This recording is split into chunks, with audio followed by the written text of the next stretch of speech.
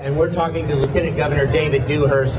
Governor, you mentioned federal money and federal strings. Are you and the leadership trying to make sure that whatever money comes from Washington doesn't have federal strings attached and end up costing Texas taxpayers for, additional funds for years in the future, for generations in the future? Oh, absolutely, Ben. That was the whole debate about whether on the workers' unemployment compensation that the Governor Perry was involved in. Our obligation in Texas, my obligation, is first and foremost to look out for the physical safety and then the economic safety of all 25 million people who live here. So I work on that every day of my life. The problem with these federal programs is that they're coming with strings. And I want to mention one, if I may, and that's Obamacare. Obamacare doesn't improve health outcomes.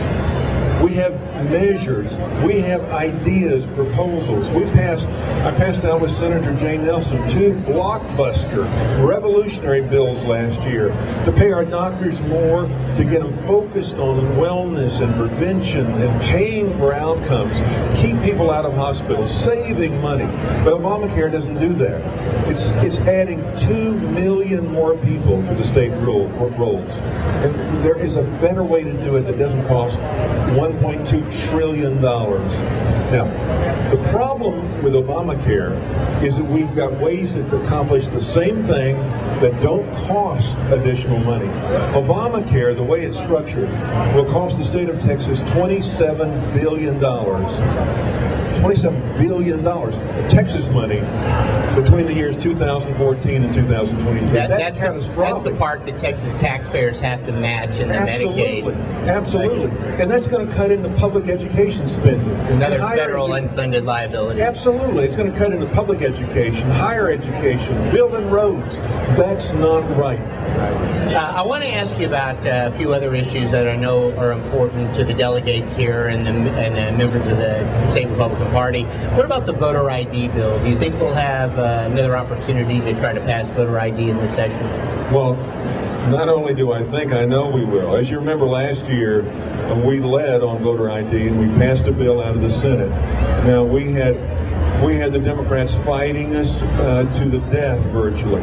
We went into session at 10 o'clock in the morning. And I remember calling my wife the next morning at 7 o'clock and she said, well, how did you sleep last night? What time did y'all wind up? And I said, Tricia, we haven't left the floor yet. So it took us from 10 o'clock one Tuesday morning till noon the next day, nonstop, to get the bill passed. So this is important. I think we've got Americans who have shed their blood, Ben, to protect the sanctity of our votes. One person, one vote. And it just outrages me when you think in terms of you can't get on a plane without a photo ID. You can't buy Sudafed without a photo ID. You can't check out a library book without a photo ID. So this is nonsense. We need to protect the sanctity of our votes.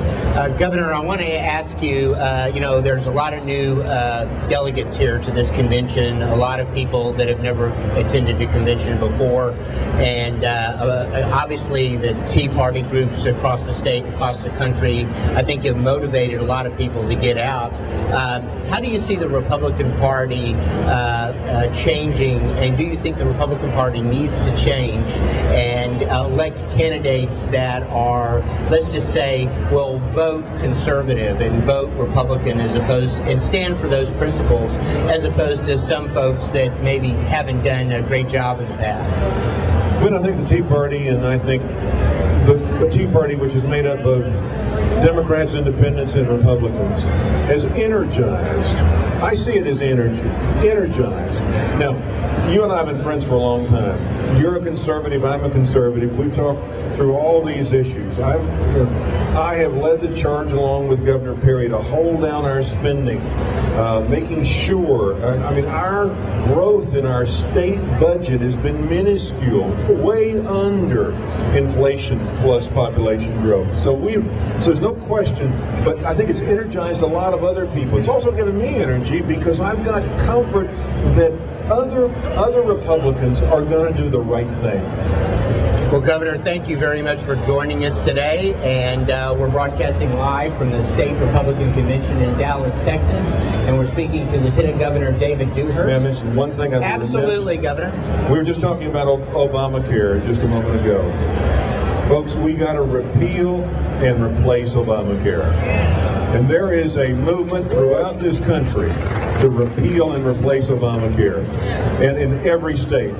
And the effort that I think is the largest to collect signatures, so I've agreed to go ahead and be the chair here in Texas of Revere America.